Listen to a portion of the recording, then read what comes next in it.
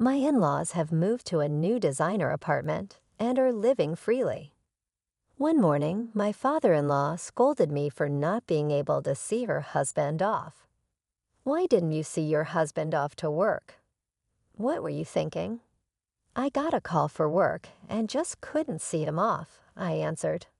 My mother-in-law gave me a sarcastic smile. "You know, I always say that just staying at home is not a job." "You're like a parasite." "What?" My father-in-law also put me under pressure. "I'm sure our son, who works well outside the home, earns more. You should respect your husband and support him more, you useless wife." I couldn't stand their words anymore. Why do my in-laws, who are living in my house without paying any living expenses, have to abuse me so much? When I said I cannot respect my husband, my mother-in-law looked shocked. "Well, I can't believe it. Someone who talks like that isn't family. A stranger should leave." "That's right. We'll live here with our son. You leave. We can pay a rent of $300. I was momentarily stunned. $300? $100 a month for rent? What are these people talking about? But having been spoken to like this, I decided not to care about what happens next. Fine, I'll leave. Afterward, they would face a hard time. My name is Kathy Brown, a 30-year-old working from home. I am working as a graphic designer. My business is doing well, and frankly, I earn quite a good income. My husband Tom is a regular office worker, and we've been married for 3 years. Even after marriage, he would help with household chores if I asked, but he seems to tell his male friends that household chores are a woman's job, so I let my wife do it. He has a vain side I only realized after getting married. Tom and I used to live in a regular rental apartment, but one day there was a water leak from the floor above. We tried to move the furniture and appliances to save them, but some were damaged or became unusable. After discussions with the landlord, it was decided that they would be able to move after receiving a small amount of compensation. "Hey, Kathy, why don't we move here next?" Tom happily said, showing me the website of a 4-room designer's apartment near the station with a rent of $3,000. Our rent used to be $1,200, more than double the amount. I'd rather save the money for our future children. I've always wanted to live in a house like this. If we combine our incomes, living here wouldn't be difficult, right? But if you live in such a sophisticated place, you might get more motivation for work. If it's too much, we can move somewhere else, please. I couldn't refuse after hearing that, and we didn't have the leisure to look for a house slowly. Following Tom's suggestion, I started to look forward to living in a stylish home and agreed to sign the contract in his name and help with the payments. So we moved to the new designer's apartment. The apartment was truly beautiful and stylish. Indeed, it did boost my motivation for work. However, even while enjoying this life, I had concerns because of my worries about my in-laws, who had become closer due to the move. My father-in-law, Dan, who had just turned 60, took early retirement and was at home every day. My mother-in-law, Helen, had never worked and was a housewife. Frankly, my relationship with my in-laws was not good. For example, when I recently visited their apartment, Tom greeted his parents with smiles, completely ignoring me standing beside him. "Hello, Father." "Hello, Mother," I hesitantly greeted them. My mother-in-law glared at me. "Oh, Kathy, you are here." My in-laws only needed their son, whom they love, and it seems they don't need me at all. As I was about to sit down doing nothing, my father-in-law said, "Hey, make some snacks for the drinks." It was still daytime, and yet my father-in-law ordered me around so arrogantly. Looking at my mother-in-law, she was busy taking photos with Tom for social media, seemingly unconcerned. She was in her 50s and obsessed with social media, apparently having a decent number of followers. I knew her account and saw her constantly posting pictures of luxury brands and accessories, despite living in a cheap apartment. I wondered how she managed that, but it turned out she was registered with a luxury brand rental service, making it look like she owned these items. Maybe Tom inherited his pretentious personality from his mother. Eventually, I stood up and made some snacks for my father-in-law. "What's this?" "The taste is too bland to be a snack," he complained while eating the food I had made. Hearing that, my mother-in-law looked at me and said, "You really can't do anything, can you?" Haha, poor Tom having such a useless wife. All the while, my husband pretended not to hear.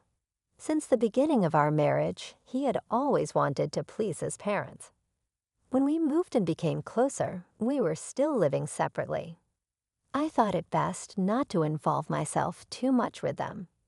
That's what I had been thinking. A month after Tom and I moved, an incident happened on a day approaching our wedding anniversary.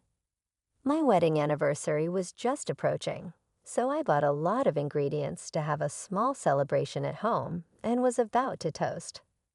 The door opened suddenly without the entrance intercom ringing. "Father, Mother, today is your wedding anniversary celebration, right? That's why we came." I couldn't believe Tom's words, but he happily invited them in. Before I could ponder why the door had opened on its own, I was startled by the sight of my in-laws in the entrance carrying large bags. "Father, Mother, what's going on?" And those big bags. Ignoring me, my mother-in-law entered the house and exclaimed, "Oh, the stylishness of a designer's apartment is wonderful. Living in such a fabulous home is like a dream." "What?" Then my father-in-law added, "Didn't Tom tell you? We've given up the apartment, and our stuff will be here tomorrow. From today, you'll take proper care of us as a wife should." "Wait, what are you talking about, Tom?" When I looked at Tom, he explained with a frown, "Actually, it was time to renew my parents' apartment lease. We have unused rooms here, so I thought, why not live together?" "What?" When my mother-in-law saw my reaction, she said to me with a scornful look on her face, "What's with that face? Do you have a problem with us living here?" That's right, that's right. What's the complaint? From today, this is our home." From this day on, I was forced to live with my in-laws.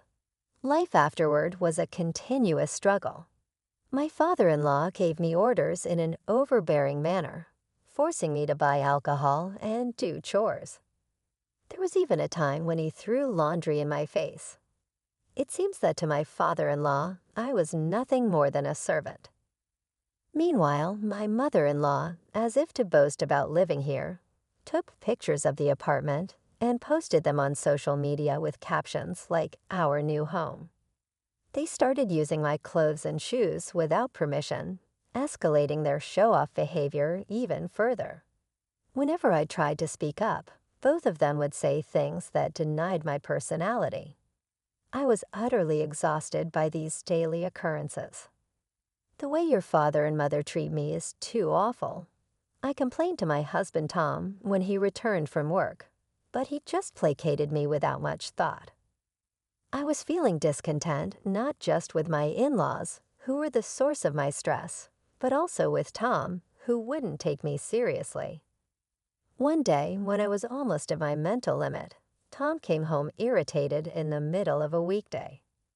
"What's wrong, Tom? What happened today?" My company told me that I would be transferred to an affiliated retail store. Transfer was just a word, but it turned out to be a layoff. While loosening his tie, Tom sat roughly on the sofa. "That's terrible.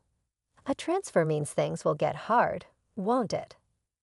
Tom replied grumpily, "No, I'm not accepting the transfer." I told them it must be some kind of joke. That's why I got angry and quit the company right now. "What?" I was shocked, but Tom looked as if it was the most natural thing. Of course, going to a retail store, my pride wouldn't allow it.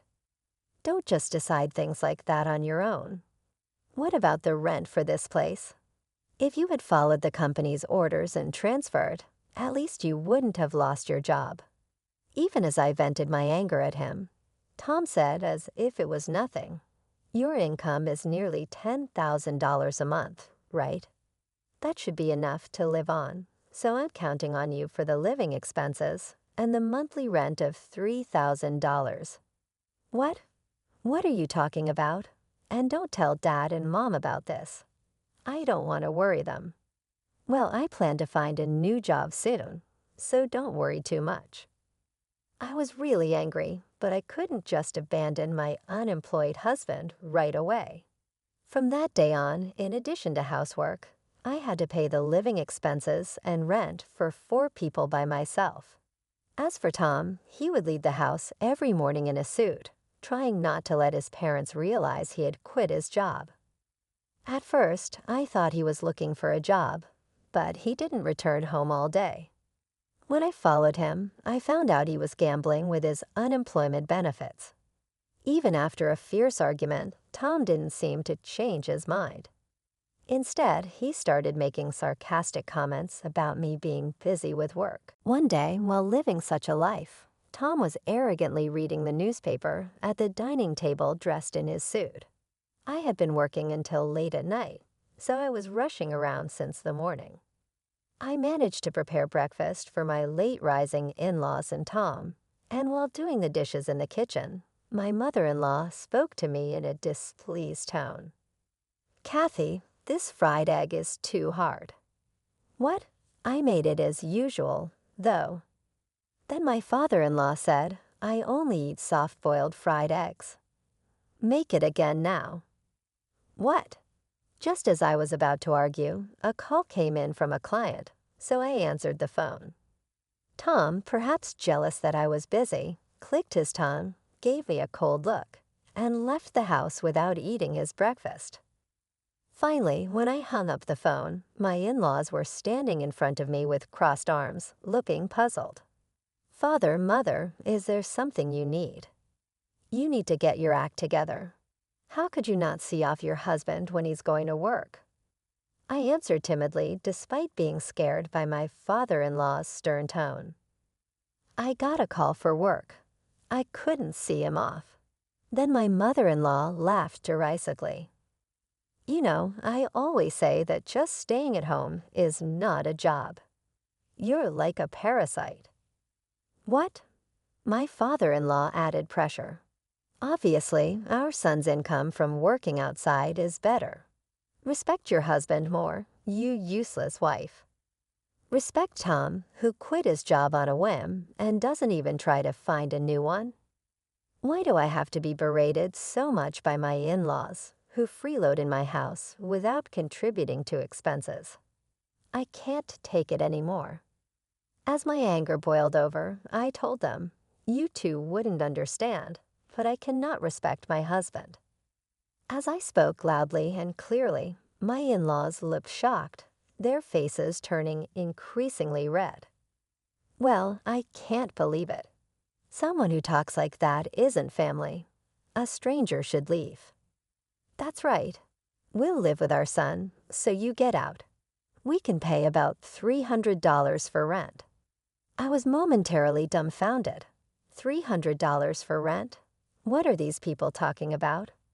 The actual rent is 10 times that $3,000, isn't it? However, having been spoken to like this, I decided not to care about what happens next. "Understood, I will leave." Thus, I ignored my taunting in-laws, packed my belongings, and left the house. After that, I stayed in a weekly apartment. A few weeks later, my husband Tom suddenly called me. There were several missed calls, and reluctantly, I answered the phone. Tom wanted to meet and talk. I thought it was necessary to eventually speak with Tom, so I agreed. To my surprise, Tom arrived at the restaurant with his parents. Before I could ask about the situation, Tom hastily started speaking. "Hey, Kathy, what do you mean by getting a divorce? I won't accept it. Don't you dare divorce me without my consent." "Oh, you saw the divorce papers I sent," I replied calmly. My in-laws glared at me. Meanwhile, Tom turned pale. I sighed and spoke to him. "Without any consultation, your parents moved in and have been harassing and insulting me every day. You never listened to my complaints, did you?" "For what? What do you mean by such a thing? You don't understand how much I've suffered, do you?" Tom faltered for a moment at my sharp words, but retorted as if fighting back. "Don't think you can just get a divorce for that. I won't agree to it." My in-laws seemed puzzled that Tom showed no signs of agreeing to the divorce. "Tom, why don't you want to leave such a person?" "That's right. We said we could pay about $300 for rent, didn't we? We can afford that much." At their words, I couldn't help but laugh. My in-laws stared at me puzzled. "What's so funny?" "I see. The $300 bill was for the monthly parking fee." "Haha, what?" My in-laws looked shocked. My mother-in-law timidly whispered, "Then how much is the actual rent?" I showed them the rent bill right then and there. $3,000. As my in-laws grew increasingly pale, I said to them, "You said you'd pay the rent, right? Tom is the lessee, so good luck with that. Haha." As I spoke cheerfully, my father-in-law answered trembling, "Tom can pay that much, can he?" "Right, Tom." Tom was turned to by everyone. As Tom remained silent, I decided to reveal the truth. "This man is actually unemployed. How do you plan to pay $3,000 for rent?" "What?" I explained Tom's situation to his astonished parents, how Tom had quit his job suddenly without any consultation a while ago, and that there were hardly any savings left. "Really, Tom?" my mother-in-law asked Tom, who weakly nodded. Then my father-in-law, trembling, asked, "So, how have you been paying the rent and living expenses until now?" "I've been paying you all with my income, which you all despised as paintings and parasites, right?" I replied, "We didn't know that." My mother-in-law cried out hysterically. Then Tom began to apologize with his head on the table. "Kathy, I'm sorry. Please come back. I can't live without you." "What about your parents? They don't seem sorry, do they?" I said. As I said that, Tom strongly urged his parents to apologize. "We are sorry," they muttered tremblingly. I had already decided what to say next. "I don't intend to come back, and I want a divorce. I will never forgive you either. We will never meet again." Tom finally broke down in tears, and I left the place after witnessing his parents trembling. Afterward, I divorced Tom through a lawyer. Regarding the property division, I successfully received most of the assets as compensation for alimony, leaving Tom with almost nothing. Next, I exposed the actions of my in-laws on my social media account. As a result, my mother-in-law's account went up in flames, and she eventually had to delete her account. They could not continue living in a designer apartment whose monthly rent was $3,000, and they were kicked out for non-payment of rent. Eventually, they moved into a shabby apartment and started living together as a trio. Tom seemed to have found a new job, but with a lower salary than before. He couldn't support his parents. My father-in-law was forced to work in a factory to earn money, busy working all day long. My mother-in-law, having shut down her social media account, lost the energy to go outside. My father-in-law, forced into hard labor, and Tom, living with them as a single man, are likely to continue living a harsh life. Meanwhile, after the divorce, I moved to a designer's apartment suitable for singles and started living alone. The stress decreased, my work progressed smoothly, and I recently started keeping a cat that I love. From now on, I intend to build my life positively. How could you act so bossy for only a $300,000 payment back then? I heard shockingly unbelievable words from my eldest son's wife. The $300,000 she referred to was about the newly built apartment I had fully paid for. Having bought them a new apartment, why must I be subjected to such harsh words? Years ago, when my husband passed away, raising 2 children alone was incredibly challenging. Indeed, at that time, the economic bubble had burst, and everything was in recession. It was a tough period. During those times, dual-income households were becoming common, but finding full-time jobs while raising children was especially challenging for women. Most women could only find part-time jobs. Despite these hardships, I managed to support our living and eventually purchased a new apartment for my eldest son and his wife. I decided to buy the apartment thinking about the challenges they might be facing. However, my eldest son's wife showed no gratitude and even criticized me. Hurt by her words, I conveyed my feelings to my eldest son, hoping he'd stand up for me. "Even if your mother is treated this way, don't you consider my feelings? Why don't you say anything?" But his response was far from what I expected. Jokingly, he said, "Mom, if you have so many complaints, how about stopping the payments?" I was deeply shocked by these words and decided to cut off financial assistance to them immediately. "I get it. Since you've said so, I'll gladly stop the payments. My name is Kathy Smith. I'm turning 53 this year. I raised 2 sons, Mike the eldest and Simon the youngest, all by myself. I got married at 20, and Mike was born 2 years later. 3 years after that, Simon was born. Back then, we were a very happy family, and everything was going well. My husband worked for a small to medium-sized company. Although he didn't earn a high salary, we creatively made the most of our days. I, being a housewife, would frequently check supermarket flyers and occasionally cycle to a neighboring town for sale items. Still, as payday approached, our wallet would get thin. It was evident from our meals, which would become simple and frugal before payday. Yet our hearts were filled with joy, spending each day with our precious family. When Simon turned 3, although we wanted another child, my husband tragically died in an accident. I didn't have time to grieve. To support my children, I worked tirelessly every day. Back then, there weren't many dual-income families, and the only available work for a woman raising kids was low-paid part-time jobs. Though night jobs paid better, I resisted them as a mother raising elementary school kids. Being a non-regular employee meant no bonuses. We managed daily expenses, but unexpected costs were challenging. I managed to buy a school backpack for Mike, but by the time Simon started school, our finances were even tighter.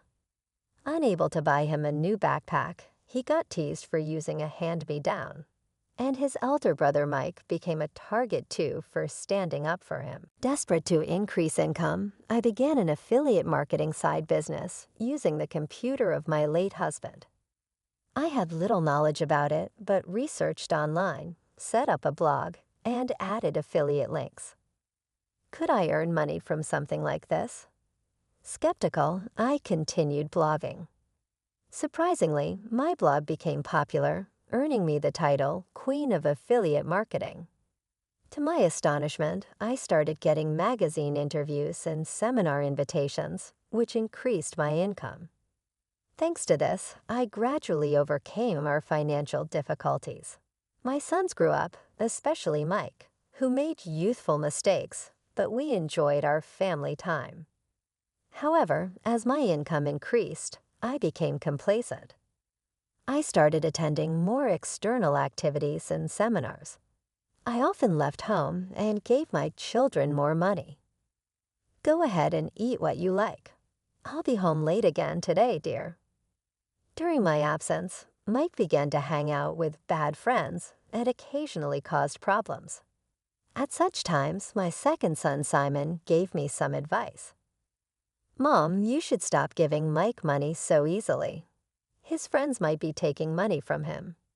These words made me reflect upon the bond as a family. Mike and Simon, my two sons, were as different as night and day. After an incident involving a school backpack during his junior high days, Simon began to despise and avoid those who openly discriminated or bullied others. This experience shaped him into a kind and justice-driven young man. However, this sense of justice created a slight rift between Simon and Mike, especially when Simon couldn't understand why Mike, in his mid-20s, still wandered aimlessly without a stable job. Mike would find a job only to quit soon after, spending his days playing with friends. Concerned, Simon advised Mike, "You should find a proper job and lead a stable life." As a mother, it was hard for me to see my son like this. I introduced Mike to a publishing company through my connection, but he repeatedly missed work without notice and eventually resigned. This company had deep ties with my acquaintance, and I had published blog-related books through them. Filled with regret, I deeply apologized to them. Apologizing for an adult child's behavior made me feel very ashamed. I'm not good at being bossed around by others. That's why I want to start something on my own, Mike said. After that, he ventured into several businesses, all of which I funded, but they all failed. Particularly in a network marketing venture, Mike involved Simon, selling products forcefully to Simon's friends. This led our family to apologize to many people. This incident completely soured the relationship between Mike and Simon. After this turmoil, Mike decided to marry a girlfriend he met through network marketing. I decided to support their new life, hoping marriage might bring him a sense of responsibility. I financed their new apartment and the establishment of a wine bar in New York City, which Mike wanted to open. However, the business struggled, and I kept having to cover losses. Every time I visited Mike's place, I saw his brother-in-law and his friends drinking. They were the main patrons, with few other customers. Mike clearly admired this brother-in-law, who always stood out. Seeing Mike joining them in drinking made me wonder. One day, when financially burdened, I consulted Simon. He offered to help and said, "Let me look into Mike's affairs. Just wait a bit." A week later, he accompanied me to Mike's bar. We once again saw them enjoying drinks. I kept pondering how to resolve this situation, but couldn't find an answer. My feelings for my sons remained unchanged, and I wished to break this cycle.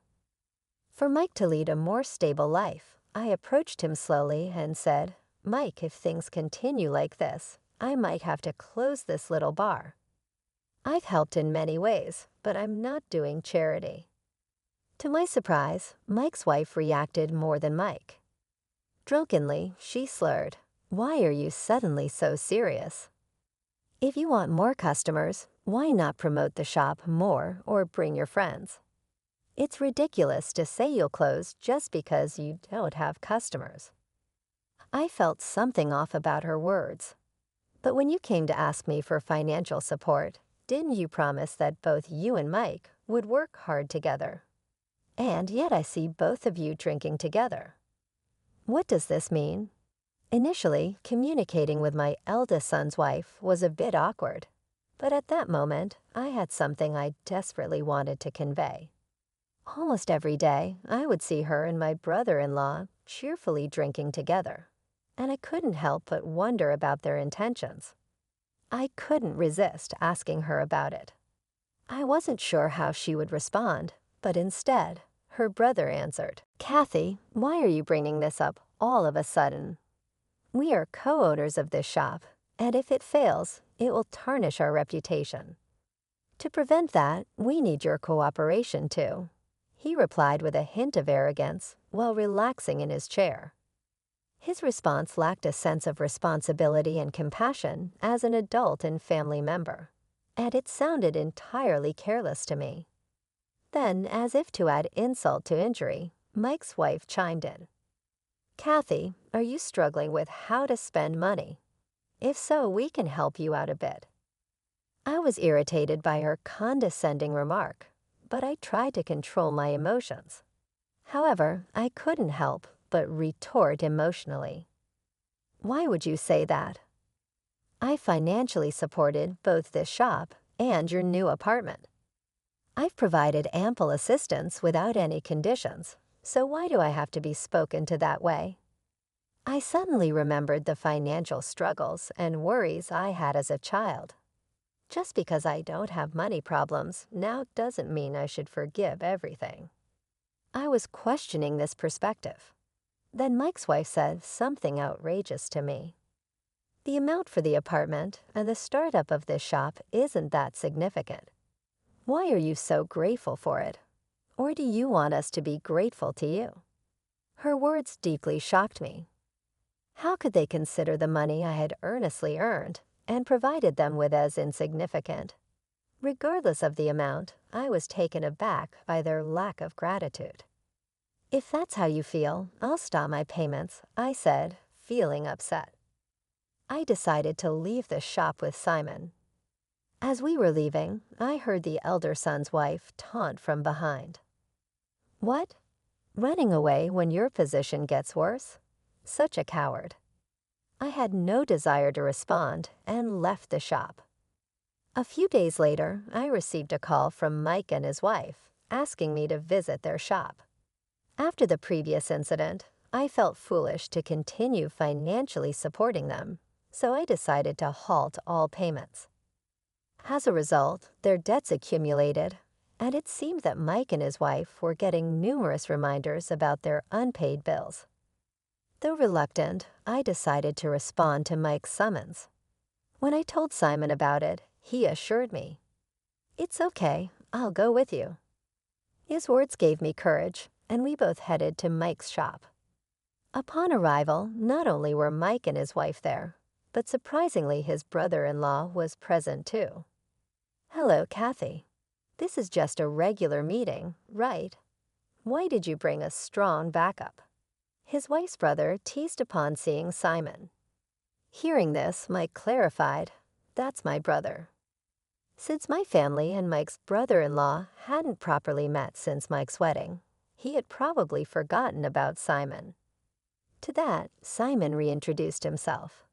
"Hello, everyone. I'm Simon Smith, Mike Smith's younger brother. I'm a lawyer. To Mary, Mike's wife, and Mr. Catta Brown, Mary's brother, I have some serious matters to discuss. There are allegations of fraud and embezzlement against you." The room filled with an atmosphere of shock. Mike especially looked stunned and hurriedly questioned Simon. "Wait, Simon, since when did you become a lawyer? You were still a student last time." Back when Mike was involved in a network business, Simon was still in high school. Since the incident, the brothers had grown distant and had hardly met, thus Mike seemed unaware of Simon's career path. Keeping his composure, Simon replied, "Yes, while we were distant, quite some time has passed. I graduated and became a lawyer. By the way, Mary, I looked into it, and it seems you haven't submitted a marriage registration with Mike. However, since you live in his apartment and work at the shop his mother supported, legally, you're pretty much like a married couple, aren't you?" Hearing this, Mike turned to Mary in astonishment. "Huh, Mary, haven't you submitted the marriage registration yet? I remember you handed it to me, saying you'll take it to the city hall. What's going on?" Mike confronted her. Mary remained silent, wearing a slightly troubled expression. Then Simon continued. "Furthermore, Mr. Brown, you and Mary have been close friends since childhood, often staying at his house. Even now, you visit several times a week. What does this mean? Are you implying that you aren't siblings? If you have a romantic relationship, that's bigamy, right?" Hearing this, Mike exclaimed, "Huh, bigamy? Isn't she your sister, Mary?" His voice changed the mood of the room. Mary, unable to handle the tension, burst out, "Wait a minute, Carter told me it's not a crime to deceive Mike. So I just helped him, hey. Hold on. Are you trying to blame everything on me? Brown argued. Ignoring their argument, Simon added, You got close to my brother for money, intentionally created this relationship, and are now in a big mess. Sounds like marriage fraud. Brown hurriedly explained, Wait, there's been a misunderstanding. But Simon was relentless. And the expensive wine you're buying here, you're reselling it on personal sites at high prices, aren't you? That could be a problem. Simon continued to calmly question the two. Realizing there was no way out, Brown, who had been aggressive until now, said, Wait a minute. I'm sorry, that wasn't my intention at all, and knelt down, bowing deeply in apology. However, after Simon patiently explained the situation, the two seemed utterly defeated. Overhearing this, Mike cheerfully said, Really? Was I completely fooled? Simon, thanks for saving me. Simon tried to maintain a cool facade, but he seemed a bit embarrassed. Later, Simon warned, but there might be a financial issue concerning those two and you, brother. Mike, feeling a mix of emotions, responded with confusion. What do you mean? Don't scare me like that. Simon explained Mike's careless management due to Brown's influence and his turning a blind eye to Brown's wine dealings, which might cause monetary issues. Given Simon's past negative impressions of Mike, he hinted, If you don't change your ways, we might not be looking at civil suits but criminal complaints. The three knelt and sincerely apologized to Simon. Simon, having heard rumors about Mary's past shady network businesses, had been cautious. He studied law in college and had a unique part-time job at a detective agency. His experiences and connections seemed to have come in handy. I was amazed by Simon's planning and execution skills. After graduating, he achieved his dream of becoming a lawyer. His investigative abilities were recognized by many. A traumatic experience from his childhood might have made him stronger, and seeing the mature Simon in contrast to Mike warmed my heart. Years later, it turned out that Simon never pressed charges. But it wasn't just from his kindness. He mentioned that there's a statute of limitations for fraud, and there's no rush since they have all the evidence. He seems to be observing if they genuinely change their behaviors. To someone unfamiliar with the law like me, Simon's strategy seemed like a threat, but it did bring about a significant change in the three of them. All three of them began new lives filled with remorse. Mary cut her long brown hair and also trimmed the nails that she had gotten done at the nail salon and started working hard at a nursing home. Brown, surprising everyone, shaved his colored hair and became a monk in a temple. Considering becoming a monk is not something one would ordinarily think of, the fear of legal action must be immense. Mike, my main concern, continues to run his wine bar, gradually rebuilding trust. His wine selection is commendable, influenced by Simon's achievements. Mike now seems committed to his work. The wine bar, located at a prime spot, I found should thrive with a little hard work. If Mike truly turns his life around, I look forward to celebrating their ups and downs, perhaps even through a book about the wine bar's journey with a toast alongside both my sons.